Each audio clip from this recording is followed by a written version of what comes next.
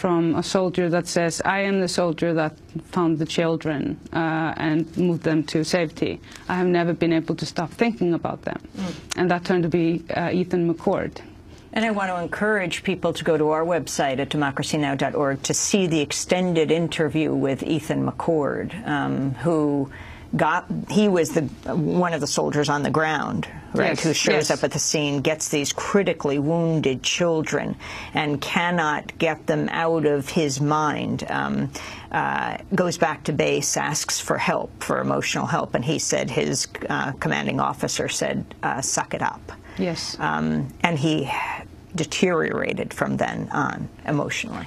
Yes, he's very brave, and I have so much respect for people like him that actually dare to challenge the injustice that is brought on them. There are so many young people that are in the military because they can't afford to go to college, and then they're faced with this incredibly hostile environment where, like, you are in 1 second with a dying child in your hand, and on the other second you're told to suck it up instead of getting proper consultation.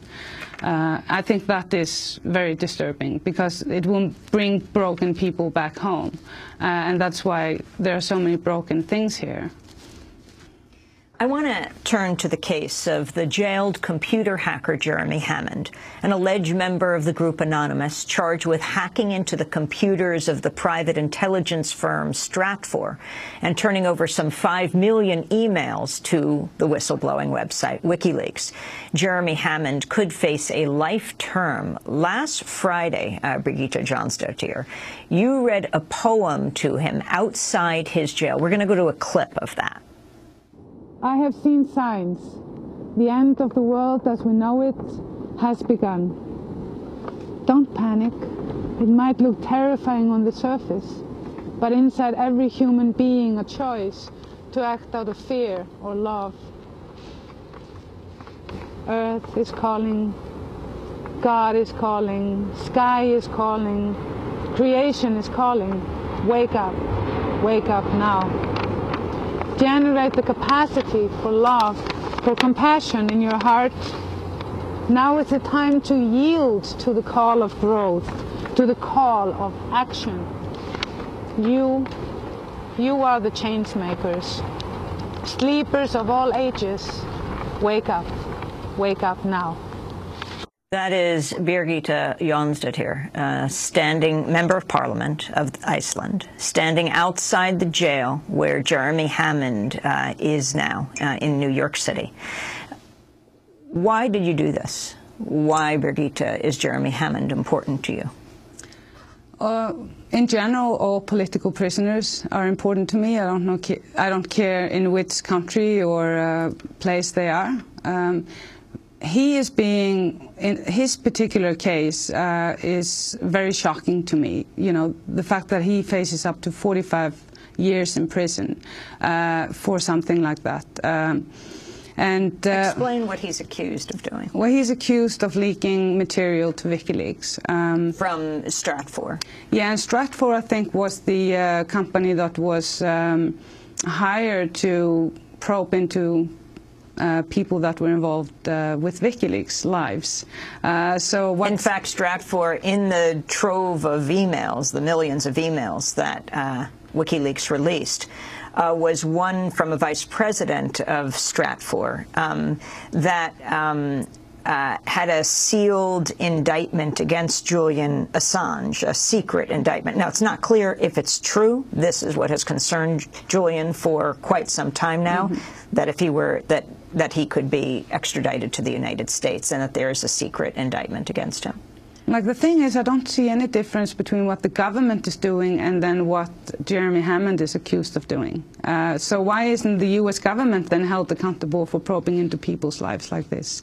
I mean, it's very serious that they probed into my life. They actually literally went into my home through the internet door, and I'm a member of parliament. And this has been like a worldwide incident where the International Parliamentary Union actually put forward a very harsh parliamentary a proposal unanimously adopted by the International Parliamentary Union. Because parliamentarians, for example, are encouraged all the time to be working cross nations. And then, like, everybody that writes me is now on the desk of the FBI. Is that okay? So what's the difference from what Jeremy Hammond did than what the U.S. government did? I'm not the subject of criminal investigation. So what gives them the right to go into my personal stuff?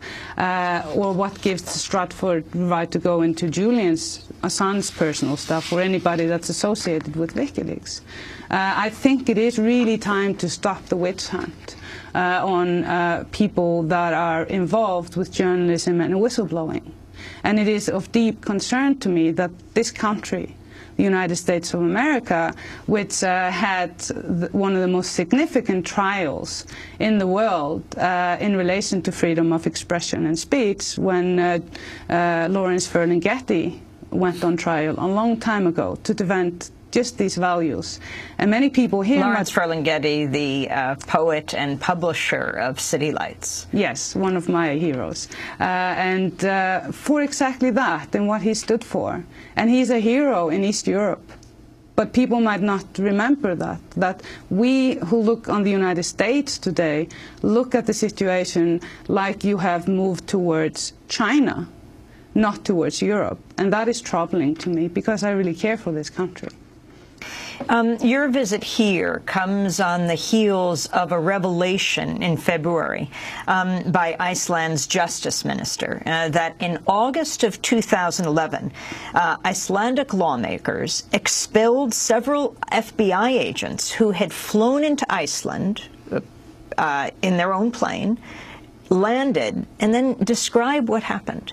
Were you a lawmaker then? Yes, yes, I was. I didn't know about this until this came into the media just recently, and we had a series of committee meetings about this incident with the state prosecutor, with the mysterious Mr. Q and Kristinn Hrafnsson and various others to try to understand what was going on. And I'll try to explain it very quickly. It's very complex, but basically it originally starts with that the FBI contacts the Icelandic state prosecutor and says Iceland is under imminent attack by the hackers group LulzSec.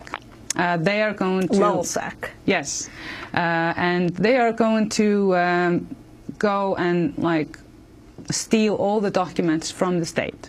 Then they sent off the Icelandic state prosecutor and the chief of police to the United States to see further evidence. Now, anybody that knows anything about the hacker community and Anonymous and so forth knows that LulzSec was created by Sabu, which was an FBI agent. And so that's how they... Sabu was an FBI agent. Yes. His name is codename Sabu. Yeah, codename Sabu. So he was organizing with the mysterious Siggi, or Mr. Q, which was then later on found out, which we discovered was also then turned around agent for the FBI, or at least collaborating with them. So there was this staged attack on Iceland to come into Iceland to help the Icelandic government in setting up stronger shields against hackers. And I really hope that they never got their hands on our software, because then we have to buy new equipment so they haven't created backdoors into our country. But so then they just carry on the investigation. Originally it was about imminent attack, and then all of a sudden it turned into a WikiLeaks investigation. And Siggi, he apparently went to the U.S. Embassy.